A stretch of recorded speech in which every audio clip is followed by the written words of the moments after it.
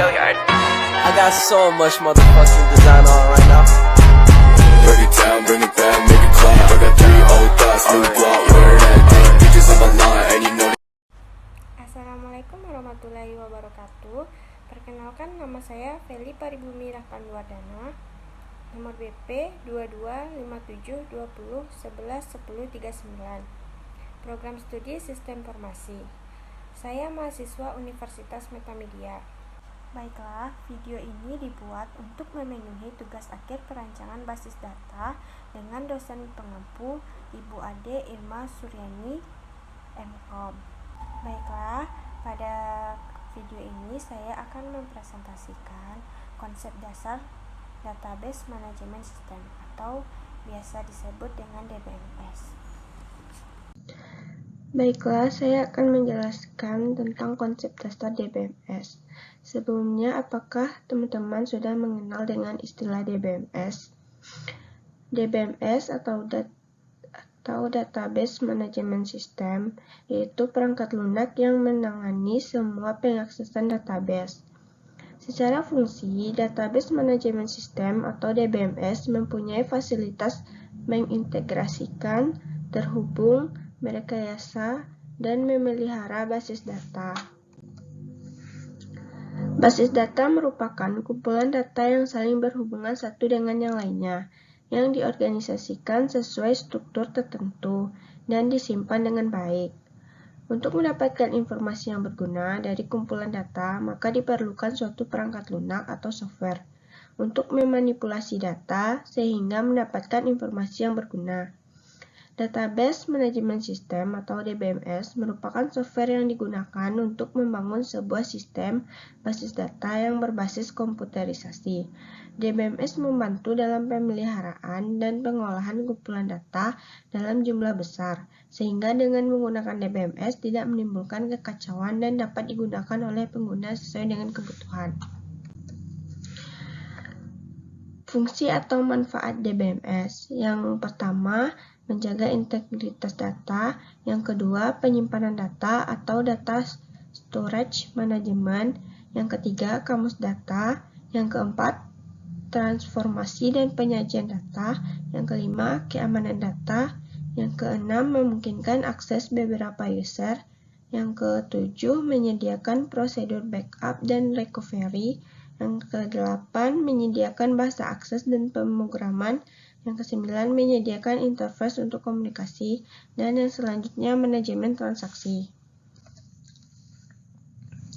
Dengan memakai Database Management System atau DBMS, maka bisa yang pertama, mendeskripsikan data serta hubungan.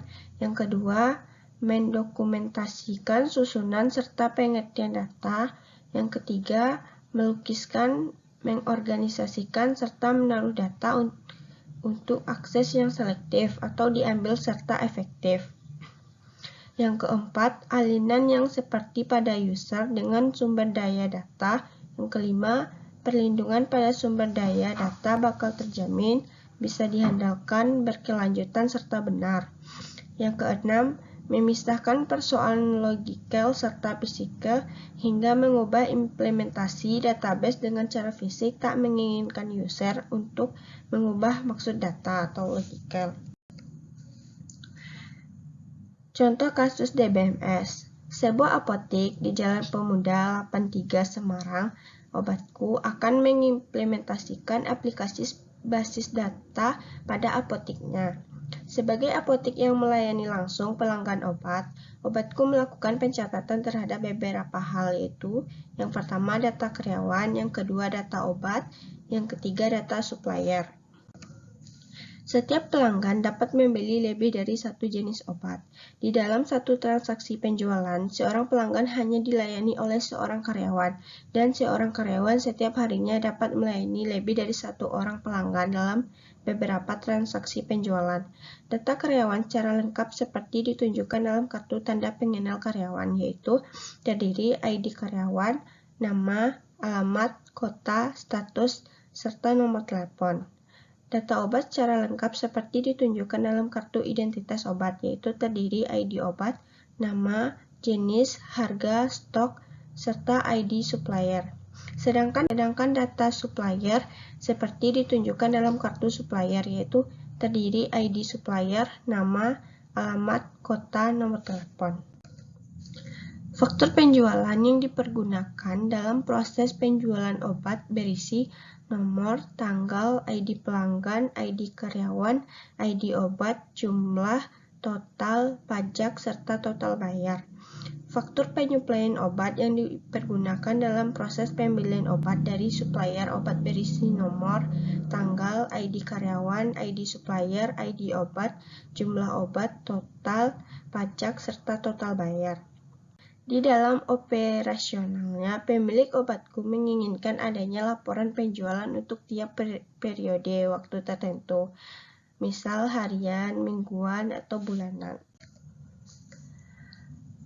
Di sini terdapat ERD dari apotek tersebut yang berisikan pada tabel obat yaitu ID obat, nama, jenis, harga, stok, serta ID supplier, di mana ID obat berperan sebagai primary key-nya. Selanjutnya pada tabel faktur supply, yaitu nomor sebagai primary key-nya.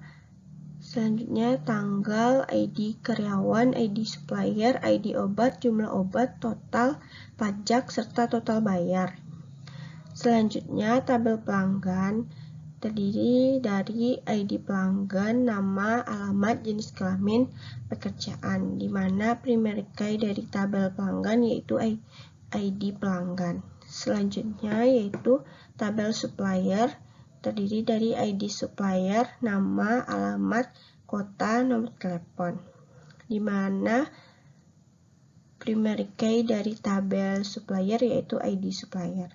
Selanjutnya pada tabel faktur penjualan yang berisikan nomor, tanggal, ID pelanggan, ID karyawan, ID obat, jumlah, total, pajak, serta total bayar, di mana primary key pada tabel faktur penjualan yaitu nomor. Selanjutnya tabel karyawan yang terdiri dari ID karyawan, nama, alamat, kota, status, nomor telepon, di mana primary key dari tabel karyawan yaitu ID karyawan. Selanjutnya itu kualitas penggunaan DBMS. Yang pertama, independensi data, yang kedua, akses data yang efisien, yang ketiga, integrasi data, yang keempat, administrasi data, terutama berkaitan dengan sharing data, yang kelima, keamanan data, yang keenam, concurrent access, yaitu menjadwalkan akses ke suatu data. Kelebihan DBMS: 1. Meningkatkan kualitas data sharing. Yang kedua, meningkatkan efisiensi kolaborasi karena dapat dipergunakan bersama-sama. Yang ketiga, mempermudah pengambilan keputusan. Selain memiliki kelebihan, DBMS juga memiliki kelemahan, yaitu biaya yang tinggi, yang kedua kompleksitas, yang ketiga satu titik kegagalan, yang keempat overhead system, yang kelima ketergantungan data. Selanjutnya, kemampuan umum DBMS. Yang pertama, membuat dan memelihara suatu basis data. Yang kedua, menampilkan dan menderetkan record berdasarkan suatu kriteria tertentu. Yang ketiga, melakukan suatu query, menyortir, membuat perhitungan, filter, dan lain-lainnya. Yang keempat, menampilkan susunan custom pada layar yang digunakan untuk memeriksa dan memutakhirkan data. Yang kelima, mencetak laporan berupa daftar. Baiklah, sekian hasil presentasi dari saya. Kurang lebihnya mohon maaf. Saya akhiri. Assalamualaikum warahmatullahi wabarakatuh.